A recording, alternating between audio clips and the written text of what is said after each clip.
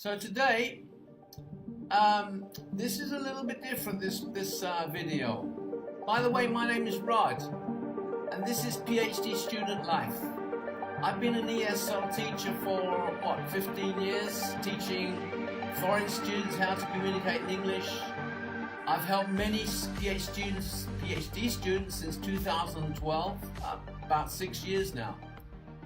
So, today, I want to talk about very simple grammatical English problems or English grammar.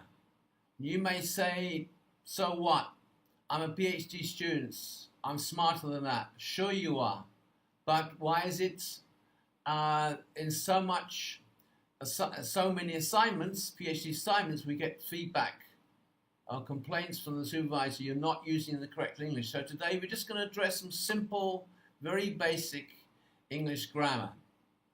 By the way, I help students how to enter a PhD program. I help them how to write weekly PhD assignments.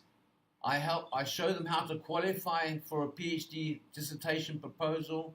I actually help them how to write that proposal. I've also taught part-time at university.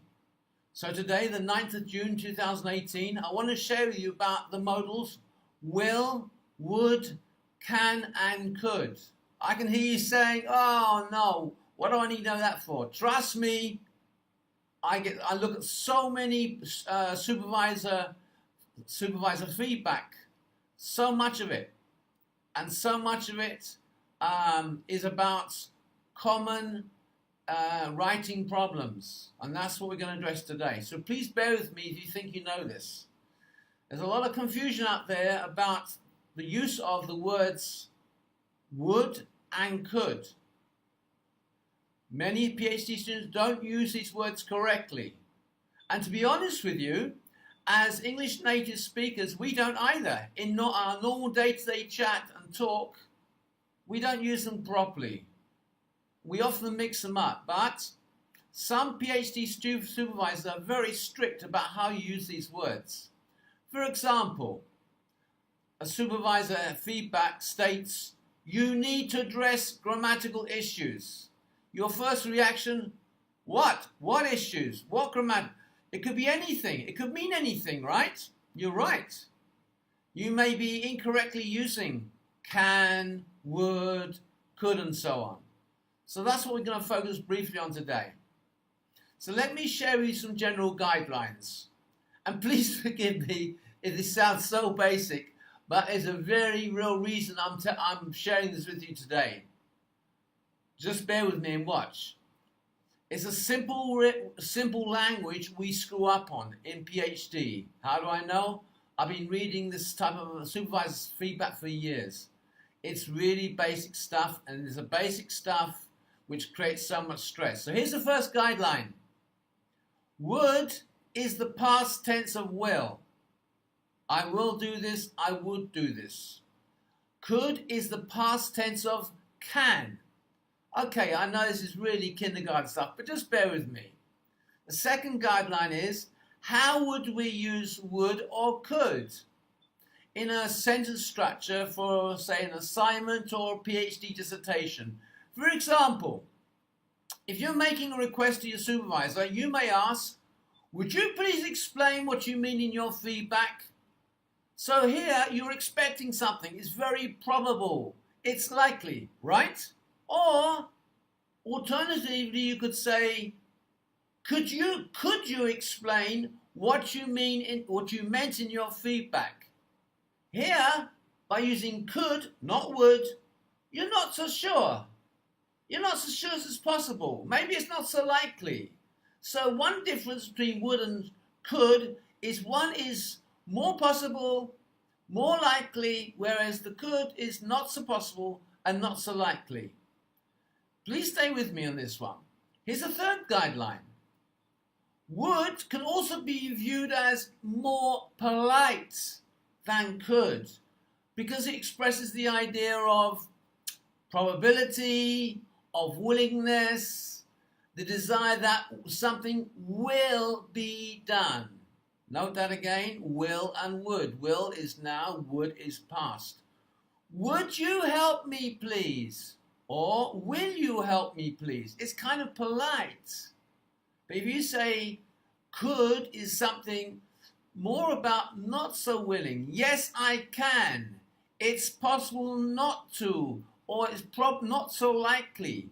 Could you help me please? It's kind of a little bit less polite. It's a little bit less optimistic. Less likely. All right? Would and could. Let's go a little bit further, shall we? The fourth guideline. Let's look at what's probable or likely.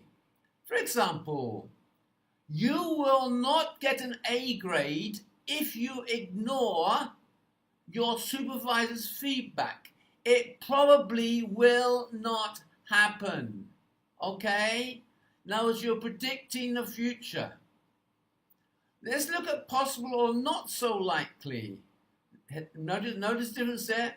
Probable, likely, possible, not so likely. There is a small chance, possibility, you could get an A grade if you ignored your supervisor's feedback, but it probably would not happen.